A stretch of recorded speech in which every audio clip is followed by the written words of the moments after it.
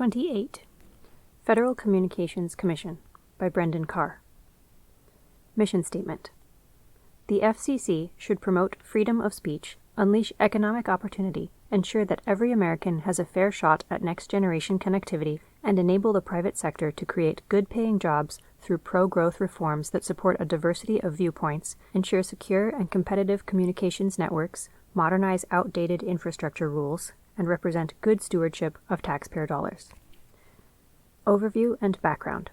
The FCC is an independent regulatory agency that has jurisdiction over interstate and international communications by radio, television, wire, satellite, and cable. 5 commissioners are appointed by the President and confirmed by the Senate for fixed 5-year terms. The FCC does not have any other presidentially appointed, Senate-confirmed officials. Ordinarily, the 5-member FCC is divided politically 3-2 with a majority of commissioners from the same political party as the President. The commissioners' terms are staggered so that every year at the end of June, one commissioner's term expires. However, a commissioner can continue to serve until the end of the next session of Congress, or up to 1.5 years beyond the expiration of the term, if no replacement is confirmed after his or her term ends. By law, only a bare majority of commissioners can be from the same political party, no more than 3 when there are 5 members. By tradition, the chairperson resigns when a new president of a different political party is sworn into office, though this is not required by law. By resigning, the exiting commissioner enables the president to nominate someone from his own political party to the FCC, and this typically shifts the political balance on the FCC toward the president's political party. The president generally designates one of the existing commissioners of the president's same political party as chairperson, either on an acting or a permanent basis, on or shortly after Inauguration Day. Under a tradition that dates back a few decades, when a relevant vacancy arises, the president allows the leader of the opposite political party in the Senate to select the person who will serve in the minority commissioner role. The president then formally nominates the person identified by Senate leadership. This also is not required by law. As specified in the Communications Act of 1934, the FCC's chairperson serves as the agency's CEO and is empowered with significant authority that is not shared with other commissioners. For instance, the chairperson sets the FCC agenda, decides what matters the agency will vote on and when, and has authority to organize and coordinate the FCC's work. There is no separate Senate confirmation process for the position of FCC chairperson. The President designates one of the commissioners to serve as chairperson through a short 1-sentence or 2-sentence letter. There are no limits on the number of terms that a person can serve as an FCC commissioner, though commissioners need to be nominated and confirmed for each 5-year term. FCC budget and structure. In recent years, the FCC has employed between 1,300 and 1,500 people. The FCC's fiscal year 2023 budget request is for approximately $390.2 million. While Congress appropriates funds for the FCC, the agency's budget is offset by what are known as regulatory fees, fees the FCC collects from the licensees and other entities that it regulates and uses to offset its budget request. The FCC also raises revenue for the government by auctioning spectrum licenses. In fact, the FCC has generated more than $200 billion for the U.S. Treasury through spectrum auctions. The FCC is organized into a series of bureaus and offices based on function. These include an Office of General Counsel, Office of Inspector General, Office of Legislative Affairs, Media Bureau, Wireless Telecommunications Bureau, Wireline Competition Bureau, Enforcement Bureau, and more. High-profile FCC matters. The FCC addresses a number of important matters. For instance, Section 230 is codified in the Communications Act, and the FCC has authority to interpret that law and thus provide courts with guidance about the proper application of the statutory language. The FCC has addressed net neutrality rules and the regulatory framework that should apply to broadband offerings. Any merger that involves a wireless company, broadcaster, or similar entity that holds an FCC license must obtain FCC approval, assuming that the merger will involve the transfer of the FCC license. The FCC has facilitated the transition from 3G to 4G and now 5G offerings in 2 ways. First, it has freed spectrum, the airwaves needed to deliver wireless services. Second, it has preempted state and local siting and permitting laws that could otherwise slow down the build-out of next-generation infrastructure. One of the FCC's greatest success stories from 2017 to 2020 was securing U.S. leadership in 5G. The FCC also administers an approximately roughly $9 billion a year program called the Universal Service Fund, USF, which has been funded by a line-item charge that traditional telephone companies add to consumers' monthly bills. Expenditures from this fund subsidize rural broadband networks and low-income programs, as well as connections for schools, libraries, and rural healthcare facilities. Through various COVID-era laws, Congress has also provided the FCC with a one-time $24 billion appropriation for various low-income initiatives. Policy priorities. The FCC needs to change course and bring new urgency to achieving four main goals: reining in big tech, promoting national security, unleashing economic prosperity, and ensuring FCC accountability and good governance. Reining in big tech. The FCC has an important role to play in addressing the threats to individual liberty posed by corporations that are abusing dominant positions in the market.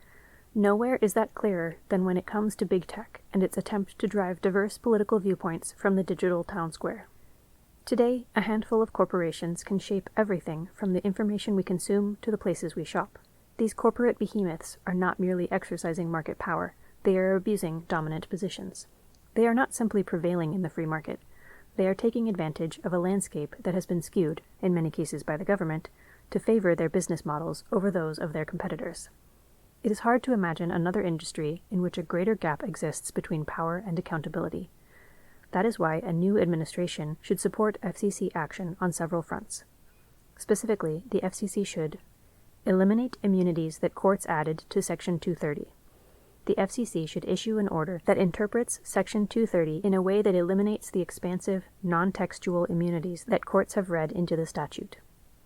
As one of the FCC's previous general counsels noted, the FCC has authority to take this action because Section 230 is codified in the Communications Act. The FCC's Section 230 reforms should track the positions outlined in a July 2020 petition for rulemaking filed at the FCC near the end of the Trump administration. Any new presidential administration should consider filing a new or similar petition. As Justice Clarence Thomas has made clear, courts have construed Section 230 broadly to confer on some of the world's largest companies a sweeping immunity that is found nowhere in the text of the statute. They have done so in a way that nullifies the limits Congress placed on the types of actions that Internet companies can take while continuing to benefit from Section 230. One way to start correcting this error is for the FCC to remind courts how the various portions of Section 230 operate. At the outset, the FCC can clarify that Section 230(c)(1) does not apply broadly to every decision that a platform makes. Rather, its protections apply only when a platform does not remove information provided by someone else. In contrast, the FCC should clarify that the more limited Section 230(c)(2) protections apply to any covered platform's decision to resist access to material provided by someone else. Combined, these actions will appropriately limit the number of cases in which a platform can censor with the benefit of Section 230's protections. Such clarifications might also include drawing out the traditional legal distinction between distributor and publisher liability. Section 230 did not do away with the former, nor does it collapse into the latter. Impose transparency rules on big tech. Today, big tech offers a black box. After Google manipulates search results, a small business can see its web traffic drop precipitously overnight for no apparent reason, potentially flipping its outlook from black to red. On Facebook, social media posts are left up or taken down, accounts suspended or permanently banned, without any apparent consistency. Out of the blue, YouTube can demonetize individuals who have risked their capital and invested their labor to build online businesses. At present, the FCC requires broadband providers to comply with a transparency rule that can provide a good baseline for tech. Under the FCC's rule, broadband providers must provide detailed disclosures about practices that would shape Internet traffic, from blocking to prioritizing or discriminating against content. The FCC could take a similar approach to big tech, and it should look to Section 230 and the Consolidated Reporting Act as potential sources of authority. In acting, the FCC could require these platforms to provide greater specificity regarding their terms of service, and it could hold them accountable by prohibiting actions that are inconsistent with those plain and particular terms. Within this framework, big tech should be required to offer a transparent appeals process that allows for the challenging of pretextual takedowns or other actions that violate clear rules of the road. Support legislation that scraps Section 230's current approach. The FCC should work with Congress on more fundamental Section 230 reforms that go beyond interpreting its current terms. Congress should do so by ensuring that Internet companies no longer have carte blanche to censor protected speech while maintaining their Section 230 protections. As part of those reforms, the FCC should work with Congress to ensure that anti-discrimination provisions are applied to big tech, including back-end companies that provide hosting services and DDoS protection.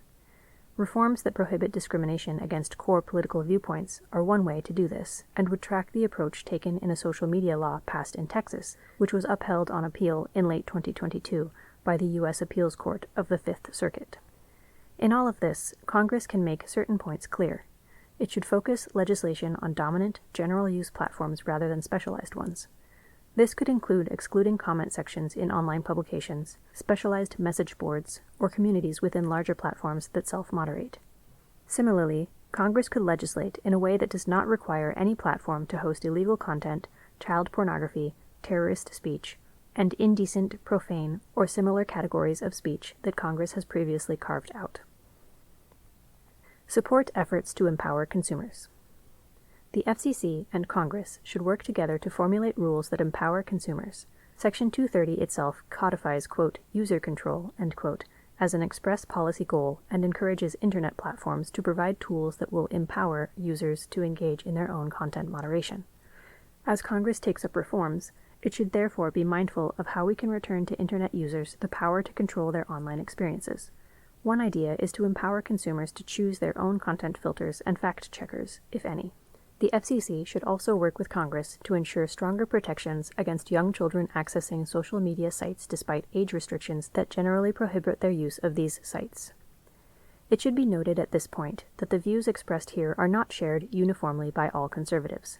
There are some, including contributors to this chapter, who do not think that the FCC or Congress should act in a way that regulates the content moderation decisions of private platforms.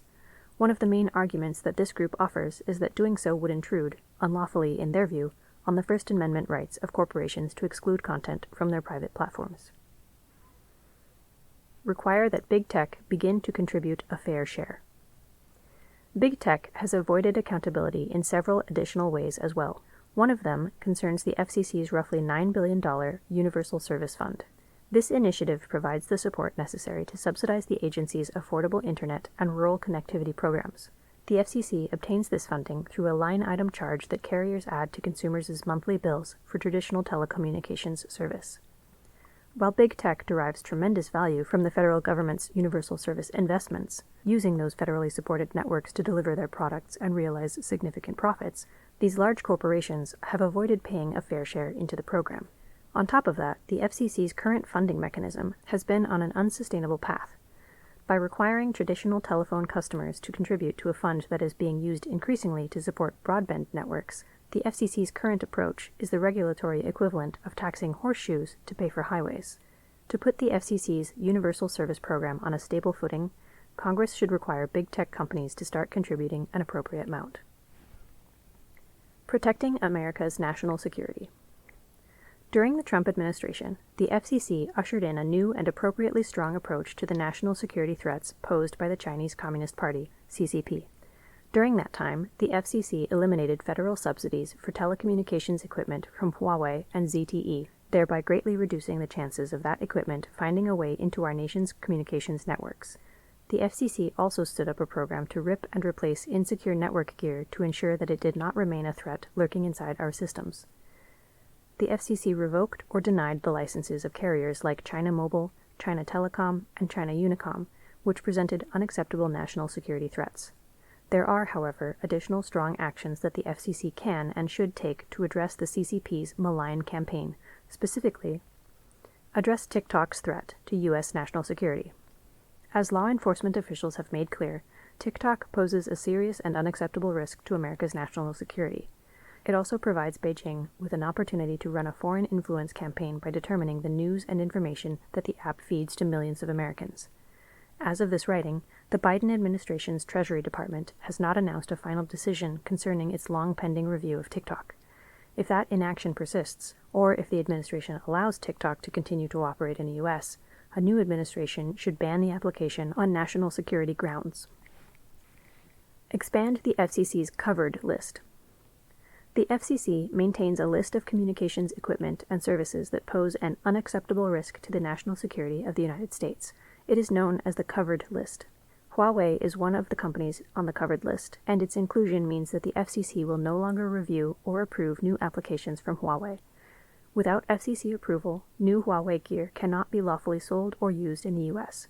However, the FCC must do a better job of ensuring that its covered list stays up to date and accounts for changes in corporate names and forms.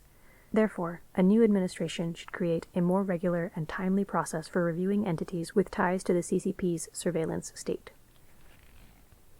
End the unregulated end run. As noted above, China Telecom and similar entities have been banned from operating in the U.S. in a manner that would require an FCC license or authorization because of the national security risks that those entities pose. However, many of these same entities are still operating in the U.S. and offering services very similar to the ones that they are prohibited from providing. China Telecom, for instance, continues to provide services to data centers by offering the services on a private or, quote, unregulated, end quote, basis. A new administration should work with the FCC to close this loophole. One way to do so would be for the FCC to prohibit any regulated carrier from interconnecting with an insecure provider. Publish a foreign adversary transparency list. As part of the FCC's ongoing work to secure our networks from entities that would do the bidding of our foreign adversaries, the FCC should do more to shine the light of transparency on the scope of the problem. To this end, the FCC should compile and publish a list of all entities that hold FCC authorizations, licenses, or other grants of authority with more than 10% ownership by foreign adversarial governments, including the governments of China, Russia, Iran, Syria, or North Korea. A bipartisan bill that would require the FCC to publish this type of list has been introduced in the House of Representatives by Representatives Elise Stefanik, Republican, New York, Ro Khanna, Democrat, California, and Mike Gallagher, Republican, Wisconsin. Fully fund the federal, quote, rip and replace, end quote, program. In 2019, Congress established a $1.9 billion Secure and Trusted Communications Network reimbursement program, known colloquially as the Rip and Replace program, to reimburse communications providers for the reasonable expenses they would incur to remove, replace, and dispose of insecure Huawei or ZTE gear. However, $1.9 billion is about $3 billion short of the total amount of funding needed to complete the Rip and Replace process.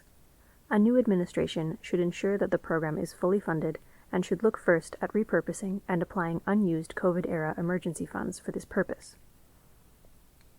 Launch a Clean Standards Initiative. During the Trump administration, the U.S. government launched a worldwide Clean Networks program. As a result of this initiative, many of the U.S. government's allies started the process of ending their relationships with Huawei. It is time for an administration to build and expand on this groundbreaking work by taking a similar approach to the standard-setting process. Right now, the CCP is seeking to extend its influence by exerting control over the development of standards in a variety of areas, including technology and telecommunications. It is vital that the United States meet this threat with a comprehensive Clean Standards Initiative. Stop aiding the CCP's authoritarian approach to artificial intelligence. The CCP has set itself a goal of becoming the global leader in artificial intelligence, AI, by 2030. Beijing is bent on using this technology to exert authoritarian control domestically and export its authoritarian governance model overseas. U.S. businesses are aiding Beijing in this effort, often unwittingly, by feeding, training, and improving the AI datasets of companies that are beholden to the CCP. One way that U.S. companies are doing this is by giving Beijing access to their high-powered cloud computing services. Therefore, it is time for an administration to put in place a comprehensive plan that aims to stop U.S. entities from directly or indirectly contributing to China's malign AI goals. Unleashing economic prosperity. The FCC needs to advance a pro-growth agenda that gives every American a fair shot at next-generation connectivity. This is vital for economic opportunity and prosperous communities. The current administration has appropriated a lot of money for broadband infrastructure projects, but it has failed to pair that spending with reforms that free more airwaves for wireless connectivity or streamline the permitting processes for broadband builds. That failure is holding back America's hard-working telecommunications crews and leaving Americans stuck waiting on the wrong side of the digital divide. It is time for a return to the successful spectrum and infrastructure policies that prevailed during the Trump administration, policies that enabled the U.S. to lead the world in 5G. Refill America's spectrum pipeline.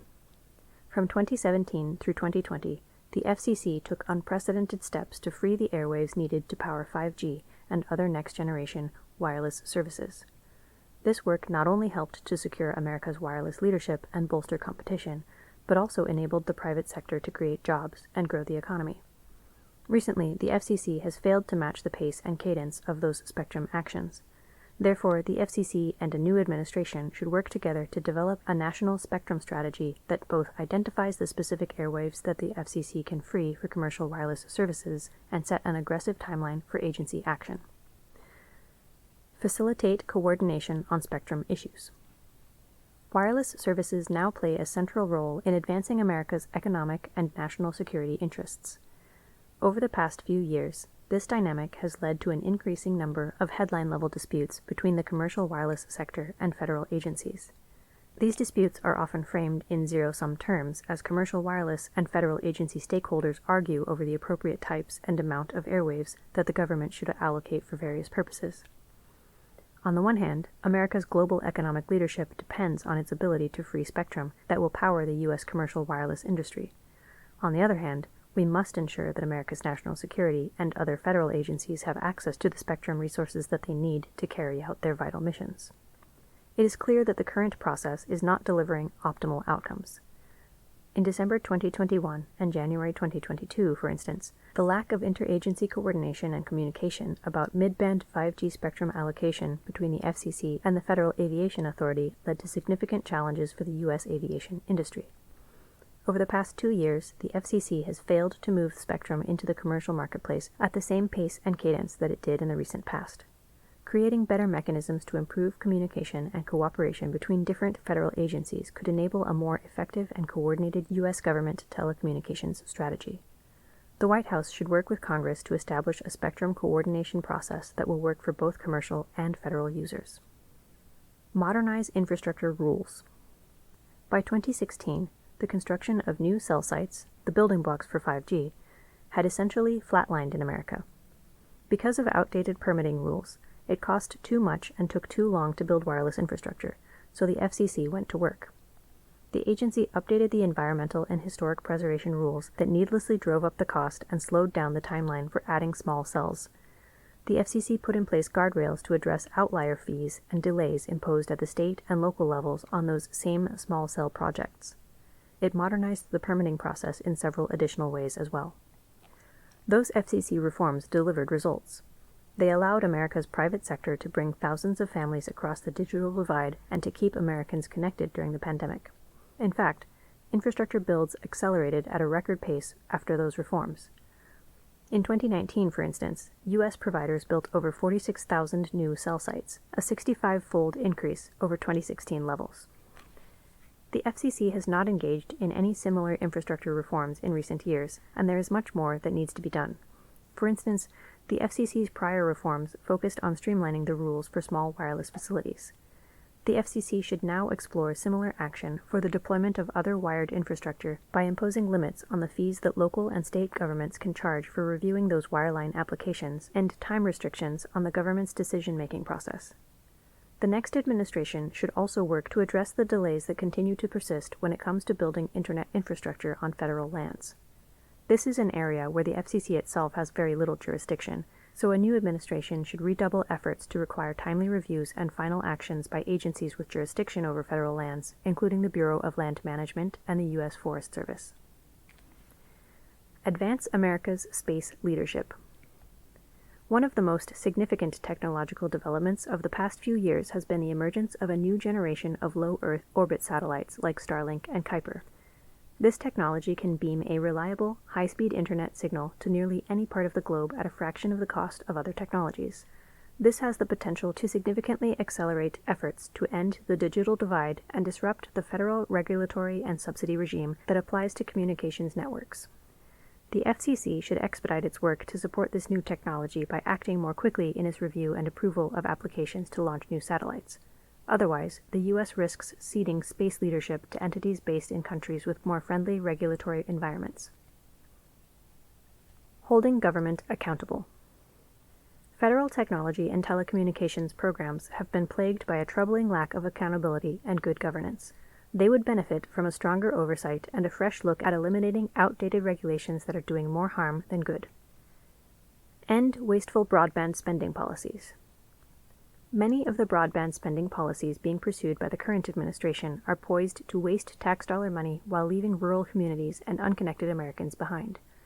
At the same time, the dramatic recent increases in funding through the American Rescue Plan Act, ARPA, and the Infrastructure Investment and Jobs Act mean that the federal government has more than enough resources to meet its broadband connectivity goals. Congress should therefore hold the agencies accountable so that taxpayer money is used effectively to promote broadband connectivity across the nation. To that end, the next administration should instruct the various departments and agencies that are administering broadband infrastructure funds to direct those resources to communities without adequate internet infrastructure instead of to places that already enjoy broadband connectivity. Take, for example, the final rules that the Treasury Department adopted in 2022 that govern the expenditure of $350 billion in ARPA funds. Rather than directing those dollars to the rural and other communities that have no internet infrastructure, the current administration gave the green light for recipients to spend those funds to overbuild existing high-speed networks in communities that already have multiple broadband providers. A new administration should eliminate government-funded overbuilding of existing networks. Adopt a national coordinating strategy. Hundreds of billions of infrastructure dollars have been appropriated by Congress or budgeted by agencies over the past couple of years that can be used to end the digital divide. Yet, according to the U.S. Government Accountability Office, quote, U.S. broadband efforts are not guided by a national strategy, end quote. Instead, quote, federal broadband efforts are fragmented and overlapping, with more than 100 programs administered by 15 agencies, end quote, risking overbuilding as well as wasteful duplication. Many of these programs remain plagued by inefficiency, further contributing to waste of limited taxpayer dollars. Moreover, the federal government is failing to put appropriate guardrails in place to govern the expenditure of billions in broadband funds. This is the regulatory equivalent of turning the spigot on full blast and then walking away from the hose. There is a worrisome lack of adequate tracking, measurement, and accountability standards governing all of this broadband spending.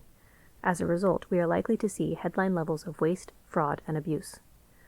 A new administration needs to bring fresh oversight to this spending and put a national strategy in place to ensure that the federal government adopts a coordinated approach to its various broadband initiatives. Similarly, the next administration should ask the FCC to launch a review of its existing broadband programs, including the different components of the USF, with the goal of avoiding duplication, improving efficiency of existing programs, and saving taxpayer money. Correct the FCC's regulatory trajectory and encourage competition to improve connectivity. The FCC is a New Deal-era agency. Its history of regulation tends to reflect the view that the federal government should impose heavy-handed regulation rather than relying on competition and market forces to produce optimal outcomes. President Franklin D. Roosevelt recommended that Congress create the FCC in February 1934 for the purposes of establishing, quote, a single government agency charged with broad authority, end quote, over the field of communications. Congress subsequently established the FCC through the Communications Act of 1934.